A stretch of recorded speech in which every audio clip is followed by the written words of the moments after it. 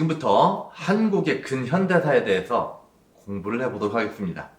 자, 1년 동안 영상을 통해서 한국 근현대사에 대한 주요 내용들을 설명을 해드리고 여러분들이 사전에 영상을 보면서 공부를 해오시면 이걸 근거로 해서 학교에 수업 시간에서는 이러저러한 다양한 활동들을 전개해 보도록 할게요. 우리가 이제 공부하게 될 근대사라고 했을 때 이 근대라는 게 무엇이냐 라고 하는 것을 지금부터 알아볼 텐데, 우리가 지금 공부하고 있는 역사적 개념 대부분은 사실은 아시아에서 만들어진 개념이라기보다는 유럽의 역사학 연구 과정에서 만들어진 개념을 우리가 차용해서 사용하고 있습니다. 이때 유럽의 역사를 기준으로 중세와 근대를 나눌 수 있는데요. 중세와 근대의 가장 큰 차이가 무엇이냐 라고 했을 때, 가장 큰 차이라고 하는 것은 중세는 오로지 신에 대한 믿음으로 가득했던 사회죠. 즉 하나님에 대한 믿음, 즉 크리스토교에 의해서 완전히 지배되는 사회가 중세 유럽 사회였다면, 근대 사회로 오면서 유럽인들은 오로지 하나님 아버지에 대한 맹목적인 신앙을 버리고 인간의 이성으로서 자연현상을 연구하고 사회현상을 파악하기 시작합니다. 그것이 근대의 시작이죠. 한마디로 얘기하자면 중세란 신에 의해서 설명되는 사회, 그리고 근대란 인간의 이성에 의해서 설명되는 사회라고 할 수 있겠습니다.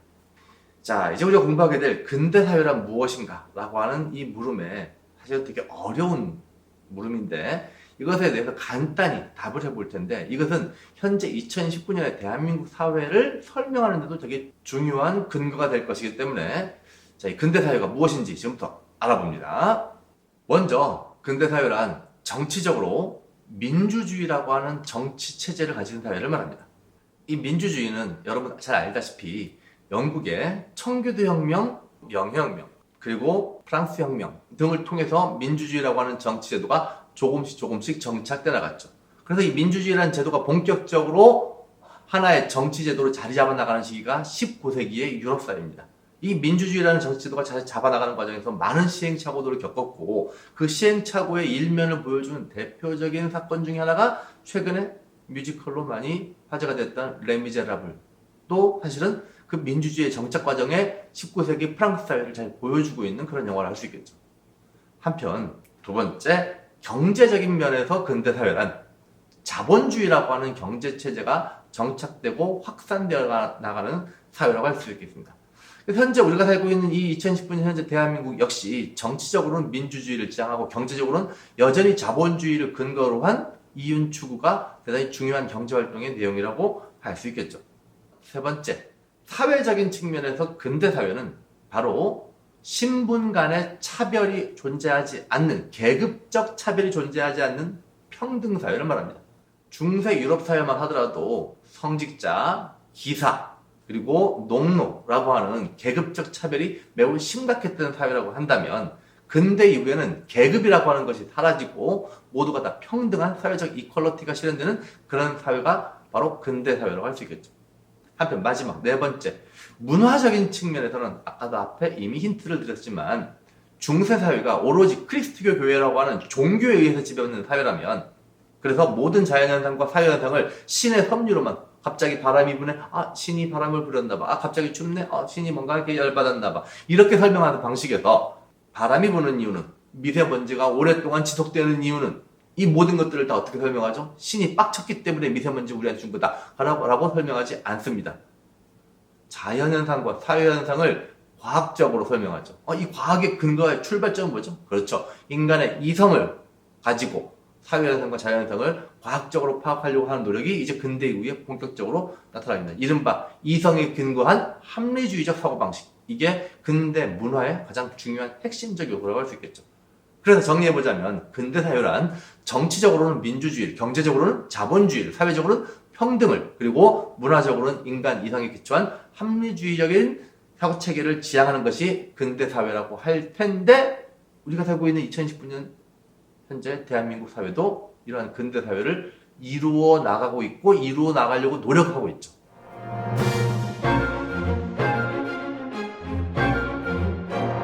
한편 근대 사회는 유럽 사회에서 어떠한 과정을 거치면서 모습을 갖춰 나가느냐, 보통 역사학자들이 이야기하는 그 첫 출발점은 14세기 르네상스에서부터 비롯되었다고 이야기합니다. 르네상스라고 하는 단어는 프랑스어 단어라고 하죠. 이게 프랑스어로 재생, 부활 등을 뜻하는 단어인데, 이것은 이미 사라져버렸던 그리스와 로마의 문화를 다시 재생시킨다라고 하는 의미가 있었습니다.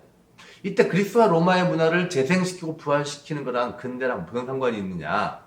자, 중세 유럽인들은 오로지 크리스트교를 중심으로 한 신앙밖에 갖지 않았어요. 근데 그리스와 로마 문화의 핵심 중에 하나는 뭐냐면 그리스 신화, 로마 신화죠. 근데 그리스와 로마의 신들은 우리가 알고 있는 예수 그리스도 대표되는 중세 유럽의 신과 성격이 상당히 달랐어요. 중세 유럽의 하느님은 완벽한 존재이셔요. 뭐든지 다 퍼펙트한 존재죠. 우리 인간처럼 감정을 드러내는 일도 없고요. 못하시는 일이 없어요. 전지전능하시죠. 이에 비해서 그리스와 로마의 신들은 기분 나쁘면 엄청 막 기분 나쁜 표현 내고 질투도 하고, 뭐 아폴로, 무슨 제우스, 포세이돈, 뭐 자기 빡친다고 막 해일 일으키고 여기 막 불바다를 내리고 난리도 아니죠. 사람들이 왜 그리스와 로마의 신들의 관심을 갖기 시작했을까요? 그거는 바로 그들이 가지고 있는 인간적인 면이죠. 우리랑 신인데 우리랑 되게 비슷하네 라고 하는 측면에 주목하면서 르네상스 시대의 예술가들은 그림의 소재로 오로지 예수 그리스와 성모 마리아만을 그림의 소재로 삼지 않습니다. 그리스와 로마의 수많은 신들을 그림의 소재로 삼기 시작하죠. 그리고 예수와 성모 마리아를 그리더라도 인간적인 따뜻함이 그대로 엿보이는 그림들이 나타나기 시작하는 거죠. 그러니까 결론부터 얘기하면 르네상스란 그리스와 로마의 인간적인 면의 신들을 다시 유럽 사회로 끄집어 왔고, 기존에 있었던 크리스트교마저도 인간적으로 해석하려고 하는 그런 시도들이 본격적으로 이루어지는 문화적인 혁명이었죠.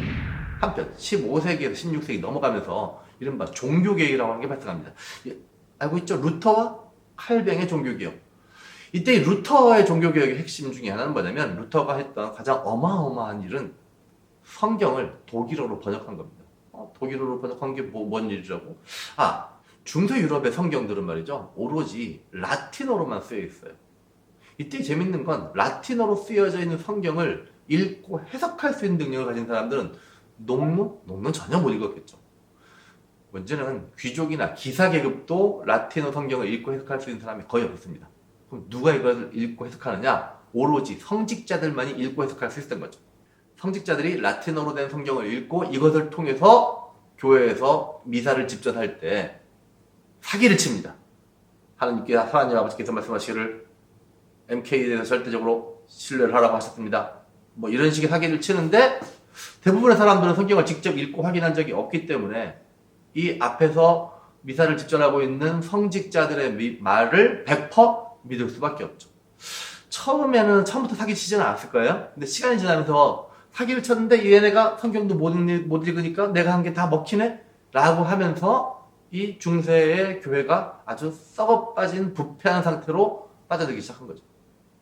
이때 아까 앞에서 얘기했던 독일의 루터가 라틴어로 된 성경을 독일어로 번역하였다. 이거 뭘 말할까요?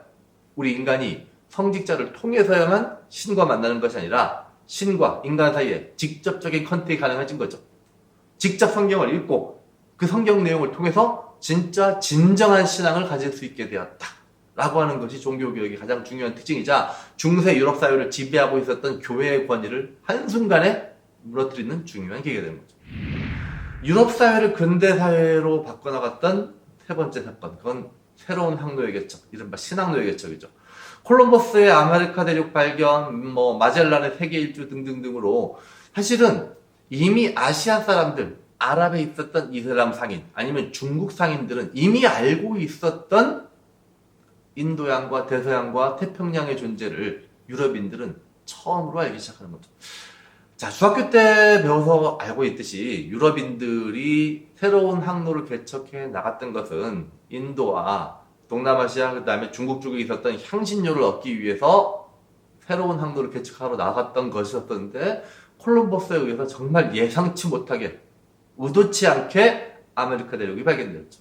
콜럼버스는 오늘날 쿠바 인근에 섬에 도착해가지고 This is India 라고 규정을 짓고, 콜럼버스 이후에 수많은 사람들이 앞다투어 아메리카로 진출하고 그 아메리카로부터 새로운 아이템들을 마구마구 유럽으로 전달하기 시작합니다. 뭐 대표적인 아이템들이 옥수수, 뭐 감자, 뭐 담배와 같은 새로운 아이템들이 이제 유럽으로 소개가 되기 시작하는 거죠.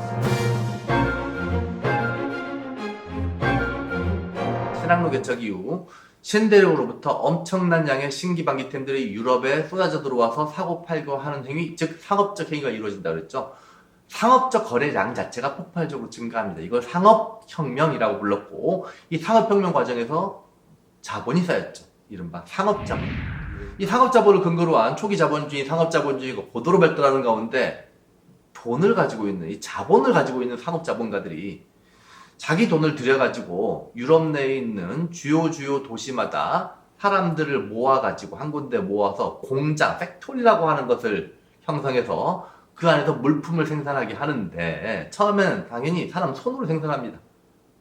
공장이 있지만 손으로 생산하는 수공업 형태를 면치 못해요.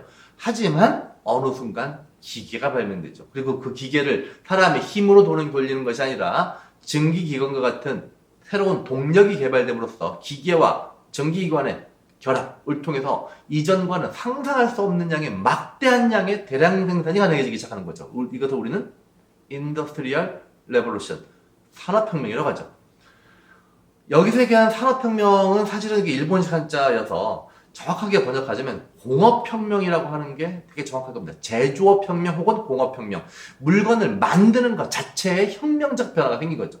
그 이전까지 1시간 동안 일해서 한 가지 생산했으면 이제 1시간 만에 100개, 1000개, 너무 심했나? 아무튼 엄청나게 많은 양의 물품들을 생산할 수 있는 제조업 분야의 대대적인 혁명이 발생했으니 이것을 우리는 산업혁명이라고 하고, 이것을 통해서 축적되어 나갔던 대규모 자본을 우리는 산업자본, 인더스트리얼 캐피탈이라고 합니다. 제조업을 통해서 자본이 축적되는 거죠. 공업자본 혹은 제조업자본이라고 하는 게 사실 더 정확합니다. 근데 뭐 공식적인 용어는 산업자본이니까요. 자, 그러면 상업자본에 뒤이어서, 상업자본은 물건을 사고 파는 과정에서 축적된 자본이었으면 거기서 한 단계 더 업그레이드된 자본 형태는 물건을 직접 대량 생산함으로써 수많은 이윤을 발생시키는 산업자본의 규모로까지 자본의 형태가 발달해 나가게 된 거죠. 이 과정에 19세기 말 20세기 초반이 되면 새로운 동력들, 석유, 그 다음에 전기와 같은 새로운 동력들이 개발되면서 소위 말하는 2차 산업혁명을 통해서 더 큰 대량 생산 체제로 나가게 되는데요. 이 과정에 이 산업자본은 더 많은 이윤을 확보하기 위해서 자신의 덩치를 더 키웁니다. 그리고 특정한 상품에 대한 독점적인 생산과 판매를 하려고 노력을 하죠. 독점 행위는 상상을 초월하는 이윤을 자본가에게 가져다 주는데요. 예를 들어서 만약에 한국의 이동통신 시장에 SK텔레콤 한 가지만 있다고 생각을 해볼까요? 그러면 SK텔레콤에서 요금제를 어떻게 조정할까요? 엄청 저렴한 가격으로도 데이터 많이 쓸 수 있게 음성 무제한 이런 거 존재하지 않을 거예요. 10만 원 들었는데 데이터 1기가, 음성통화 1시간, 이런 상품 아마 가능할지도 몰라요. 왜? 자기네 거 안 쓰면 쓸 게 없죠. 대한민국의 이동통신 시장에 오로지 SK텔레콤 하나만 독점적인 상태, 독점적 지위를 누리고 있다면 SK텔레콤은 돈을 떼거지로 긁어먹어갈 거예요. 현재 여러 이동통신업체들이 경쟁체제이기 때문에 가격이 계속 나온다는 거죠. 자, 다시 그러면 산업자본이 더 큰 덩치를 만들고 특정 분야에 대해서 독점적 행위를 통해서 더 막대한 이윤을 추구하려고 덩치를 키우고 자본들을 합병하고 덩치 여러 산업자본들을 더 큰 덩치의 자본으로 만드는 자본주의 형태를 우리는 독점자본주의라고 합니다. 이때 더 손쉽게 자신의 덩치를 불리기 위해 누구와 결합하냐면 은행자본과 결합합니다. 독점자본은 대부분의 경우 은행자본과 결합된 이른바 금융자본의 형태로까지 발전해 나가게 되는데요.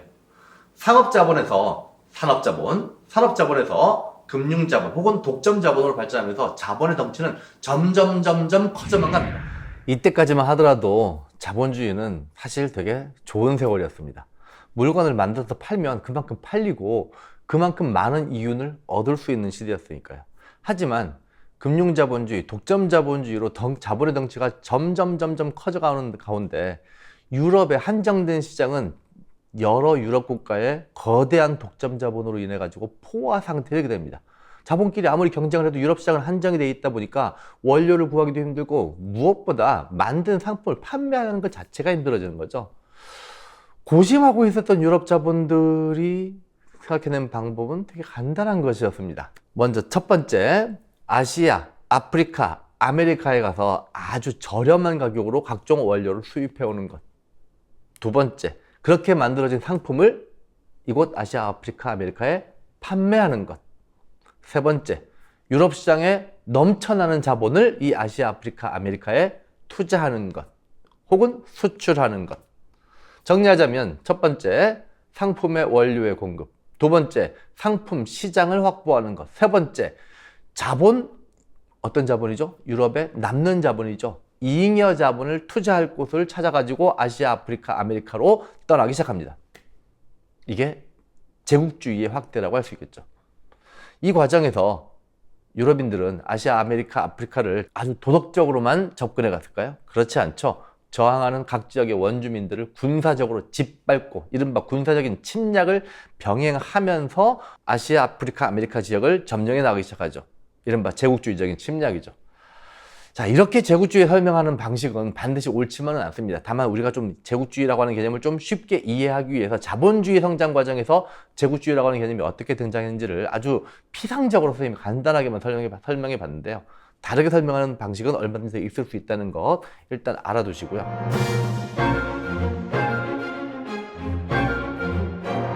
이번에는 서양 열강의 침략과 아시아가 이것을 어떻게 대응해 나가는지 살펴볼 텐데, 우리 주변 국가인 중국의 근대화 과정, 그 다음에 일본의 근대화 과정을 중심으로 해서 간단히만 살펴보도록 할게요.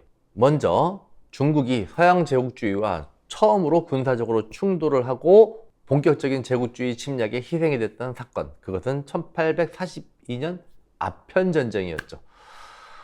아편전쟁의 내막은 되게 그렇습니다. 당시 세계 최대 강국이었던 중국의 청나라는 유럽에 막대한 양의 차와 비단과 그리고 도자기를 판매함으로써 엄청난 이윤을 챙깁니다. 그래서 영국 상인들 같은 경우는 이 중국과 무역을 하면서 엄청난 무역 적자, 당연히 무역 적자가 발생하는 거죠. 중국은 수입해가는 건 하나도 없고 자기들 영국 상인들은 중국으로부터 엄청난 양의 차와 비단과 도자기들을 수입해가고 있으니까 무역 적자가 발생할 수밖에 없죠. 그래서 영국 애들이 머리를 쓴 게 뭐냐면 자기들의 식민지였던 인도에다가 아편을 재배하는 거였죠. 아편, 마약이죠. 마약이 가장 전통적인 마약 중에 하나인 아편을 재배하고 그 아편을 몰래 중국에 풀기 시작합니다. 아편 밀무역을 통해서 뭔가 이득을 올려보려고 했던 것이었죠. 이 영국의 이러한 전략은 대성공이어서 당시 청나라의 국민들 가운데 적지 않은 수가 아편 중독자가 되고, 중국은 이에 따라서 엄청난 양의 아편 대금이 인도로 빠져나가는 것을 감수해야만 했죠. 인도로 빠져나간 아편 대금은 어디로 갈까요? 식민지 본국인 영국으로 들어가겠죠. 그래서 이 영국 상인들은 그래서 자기들이 차와 비단과 도자기를 중국으로부터 수입하는 것에 대한 무역 적자를 아편 수출로 메꾸고 있었습니다. 그런 것들 청나라 정부가 모르고 있었지는 않겠죠. 그러던 어느 날 1842년 중국 남부에 있었던 광저우에서 영국 상인들 배를 다 탈탈탈 털어가지고 아편을 산더미 같이 압수합니다. 그리고 그것을 바닷물에 녹여서 없애버리죠. 바닷물 녹여서 없애버렸으면 그 바닷물 먹고 헤엄치던 물고기들이 완전 뻑 같겠네요. 자, 아무튼 이에 대해서 자신들의 사유재산을 불법적으로 빼앗겼다고 주장하는 영국 상인들과 그 뒤에 있었던 영국 함대가 광저우 항 앞에 진출하는 거죠. 이때만 하더라도 영국 사람들이 약간 반신반의합니다. 아, 자기들이 이 거대한 중국을 이길 수 있었을까? 라고 생각했지만 실제 전쟁이 벌어져 봤더니 이거는 뭐 게임이 안 됐습니다. 전 세계에서 화약을 가장 먼저 개발하고 전 세계에서 가장 뛰어난 화약 무기를 가지고 있었던 중국이었지만 그게 옛날 얘기였나 봅니다. 그 사이에 화약 무기를 엄청나게 개량시켰던 영국 해군에 의해 광저우 항은 초토화되었고, 결국 이 전쟁은 일방적인 영국의 승리를 체결됐죠. 그리고 1842년 난징에서 이른바 난징 조약이라고 하는 조약이 체결되는데, 중국으로서는 항상 다른 주변의 국가들과 이른바 사대주의적인 조공 관계 속에서만 주변 국가들과 외교 관계를 맺었었는데, 이 난징 조약으로 인해서 이 망할 서양 오랑캐 놈들하고 1대1에 대등한 근대적인 조약을 체결해야만 했던 것이죠. 이 난징 조약을 통해서 중국 청나라는 영국에게 치해법권, 중국 땅이지만 영국인들한테 사법적 권리를 다 내줘 버리는 거죠. 그리고 최혜국 대우, 이건 뒤에 가서 자세히 설명할 것이긴 합니다만, 모든 외교 관계에 있어서 영국에게 가장 좋은 혜택을 주겠다라고 하는 최혜국 대우를 줍니다. 그리고 홍콩이라고 하는 곳을 무려 100년 넘게 영국에게 사실상 식민지로 빼앗기게 되죠. 얼마 전에 홍콩은 다시 중국으로 반납되긴 했습니다만, 그 오랜 세월 동안, 100년 넘는 세월 동안 영국의 지배하에 있었던 거죠. 중국으로서는 엄청난 굴욕을 당한 겁니다. 그냥 완전 우리보다 저 밑에 있었다고 생각했던 서양 오랑캐들한테 탈탈탈 발려가지고 서양 오랑캐들한테만 유리한 조약을 체결했으니까요. 이 충격에서 헤어나오기 위해 중국은 엄청나게 많은 노력들을 기울여 나가게 되는데, 대표적인 것이 양무운동이었습니다. 자, 중국은 한두 번도 아니고 여러 차례에 걸쳐서 영국한테 군사적으로 탈탈탈 털린 다음부터, 우리가 세계 짱 먹었었던 나라지만 쟤네들 군사기술은 우리가 좀 배워야 될 것 같아 라고 하면서, 특히 서양의 군사기술을 중심으로 해서 그걸 배워가지고 군사강국으로 만들려고 하는 부국강병의 노력들을 기울여 나갔으니 이것을 양무운동이라고 합니다. 이 양무운동을 통해서 내세웠던 구호가 중채서용, 중국어로는 중지에스용. 쌤, 그거 아니거든요? 따라해봐요. 중티시용. 중디시용. 뜻이 뭐냐? 한자 보시죠? 중화를 몸뚱이로 하고 서용, 서양 오랑캐의 것들은 이용하겠다. 즉, 우리들의 몸뚱아리는 그대로 두고 우리의 옷을, 서양식 옷을 한번 입어볼까? 라고 하는 개혁. 이게 양무운동이라고 생각하시면 됩니다. 여기서 한 가지 확인되시는 바 있지만, 내 몸뚱아리는 그냥 둔 상태에서 옷만 서양 옷을 입으면 내가 서양 사람처럼 보일까요? 내가 서양 사람처럼 행동하게 될까요? 절대 그렇지 않죠. 사실상 이 중채서용을 내세운 양무개혁은 중국의 모든 것을 근본적이고 전면적으로 개혁하려고 하는 조치는 아니었던 거죠. 그렇다면 이 양무운동을 통해서 중국은 군사적으로 대단히 강력한 국가가 됐을까요? 그들이 원했던 만큼의 부국강병을 이루었을까요? 이렇게 양무운동을 통해서 개혁을 본격화하고 있었던 중국은 1885년 충격적인 일을 당합니다. 또 망했죠. 또 발렸습니다. 이번엔 프랑스한테 발립니다. 1885년 베트남을 사이에 놓고 청나라와 프랑스가 격돌을 한 이른바 청푸전쟁에서 청나라는 프랑스에게 또 지고 맙니다. 이거 양무운동 했는데도 뭐가 안 되네? 좀 더 양무운동 제대로 해야 되는 거 아니야? 라고 고민하고 있을 무렵 중국은 정말 그야말로 충격적인 패배를 당하게 됩니다. 그게 1894년 청일전쟁의 패배죠. 서양 오랑캐들한테 발린 거는 뭐 그래도 제가 잘 몰랐던 애들이니까 그랬다 치는데, 이게 일본 애들한테 전쟁을 해서 졌다?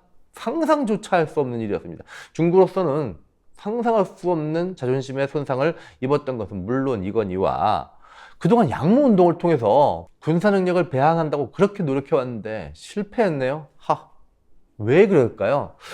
일본은 도대체 어떻게 우리 청나라를 이길 수 있었을까요?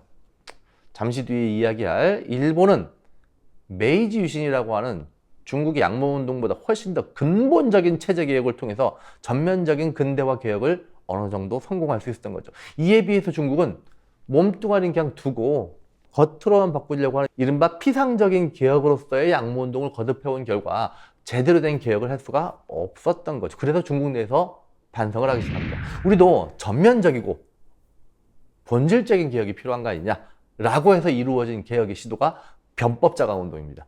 변법자강운동은 중국의 아주 오래된 정치 권력 체계인 황제 중심의 전제 군주제를 뒤집어 버리고 입헌군주제, 영국식 입헌군주제, 군주는 존재하지만 법률적 테두리 안에서 군주가 통치하는 방식으로 정치 체제부터 전면적인 개혁을 단행하려고 시도했던 것이죠. 양무운동을 통해서 두 차례에 걸친 전쟁에서 발렸으니 당연한 결과이고 반드시 필요한 개혁이었습니다. 자, 이 변법자강운동이 본격적으로 이제 이루어진다면 중국은 어쩌면 세계 최고의 강국으로 다시 되살아날지도 모르는 이 상황에서 내부의 보수파들의 반발, 특히 전제군주제, 황제 지배체제를 지지하는 보수파들의 반발에 의해서 변법자강운동은 제대로 시행도 못 돼보고 실패로 돌아버리게 됩니다. 결국 변법자강운동이 실패가 되면서 중국은 어떤 운명에 처하게 될까요? 결국은 수많은 서양 열강들 그리고 일본에 의해서 물어뜯기는 먹잇감이 되어버리는 거죠. 그리고 중국이 되살아나지 못하고 점점 침몰해가기 시작합니다. 그러면 아시아에서 제일 덩치 컸던, 아니 전 세계에서 가장 덩치가 컸던 청나라를 일본이 어떻게 밟을 수 있었을까? 한번 알아볼게요.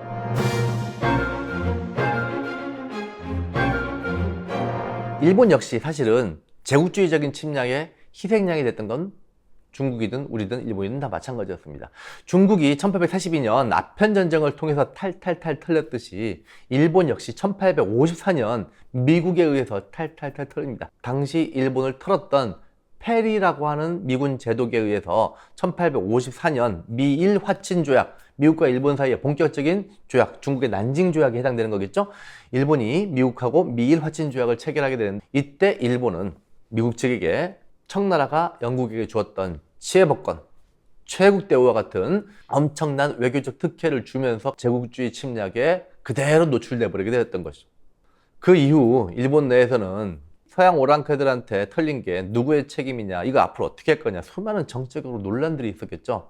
이런 가운데 오랫동안 일본의 중세 내내 일본 사회를 지탱하고 있었던 정치 체제인 막부 체제에 대한 불만들이 쏟아져 나오면서 일본의 마지막 막부인 도쿠가와 막부를 무너뜨리는 시도가 있게 됩니다. 그게 이른바 대정봉환이죠. 막부라고 하는 것은 일본의 사무라이들 중에서도 우두머리인 쇼군, 한자로 장군인데요. 쇼군이 전체의 권력을 장악하고 국왕은 상징적 존재에 불과한 그러한 정치 체제를 말하는데, 이때 이 대정봉을 통해서 일부 다이묘, 즉 지역의 영주들이 쇼군이 가지고 있었던 권력을 국왕에게 헌납을 하게 됩니다. 그래서 새롭게 권력을 장악한 당시 일본의 왕의 이름이 메이지죠. 그래서 일본 국왕인 메이지가 권력을 장악하고 그걸 주도하는 가운데 일본 왕 메이지를 중심으로 한 대대적이고 전면적인 개혁에 착수하게 됩니다. 그것이 1868년 메이지 유신이죠.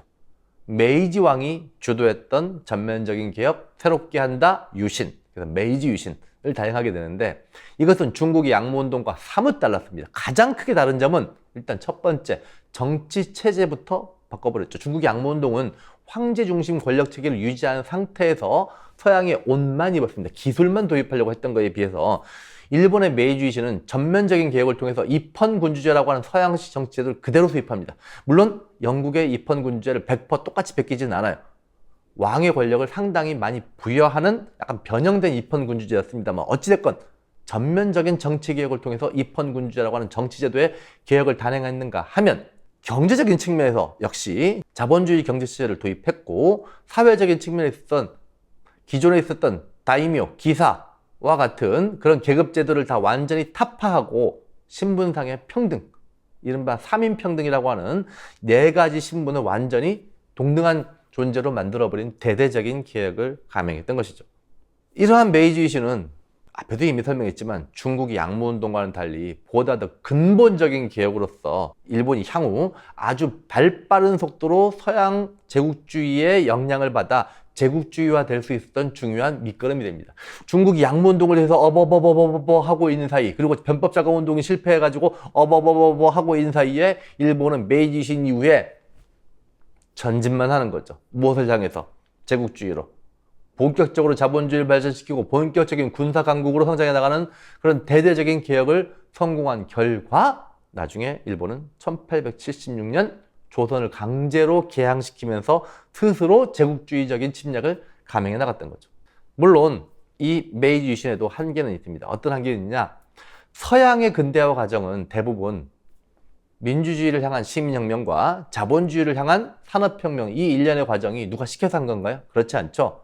유럽의 여러 시민들이, 그리고 유럽의 노동자들이, 그리고 자본가들이 자기주도적인 방법으로 시민혁명을, 그리고 산업혁명을 일궈냈다면, 일본의 경우 이 메이지 유신은 바로 메이지 왕을 중심으로 한 상위 권력자들이 중심이 돼서 위로부터 개혁을 했다라고 하는 그런 한계는 분명히 있습니다. 하지만 위로부터의 개혁이야 중국의 양모운동, 변법자금운동 다 마찬가지인데, 기왕 할 거면 메이지 유신처럼 빡세게 제대로 함으로써 일본이 아주 발빠르게 살아남을 수 있었던, 아니 발빠르게 제국주의로 전환해 나갈 수 있었던 중요한 계기가 됐다는 것은 우리가 제대로 기억을 해둬야 될 점인 거죠. 자, 프린트에 나와 있는 그 외의 사건들은 그냥 참고하도록 하시고요. 오늘은 19세기에 유럽의 제국주의가 점점 성장해 나가고 성장해 나갔던 유럽의 제국주의가 아시아로 넘어와서 우리 주변 중국과 일본의 제국주의 국가들이 본격적인 침략을 해나가는 과정에 대해서 살펴봤습니다. 자, 다음 시간에는 그런 제국주의적인 침략이 우리나라에도 영향을 미치겠죠. 그 무렵쯤 우리가 권력을 장악했던 양반이 흥선대원군이었습니다. 흥선대원군 시기에 우리나라를 향해서 이루어진 프랑스의 침략을, 그리고 미국의 침략을, 그리고 일본의 침략을 어떻게 막아냈고 어떻게 반응해 나갔는지, 그것을 다음 시간에 공부해 보도록 하겠습니다.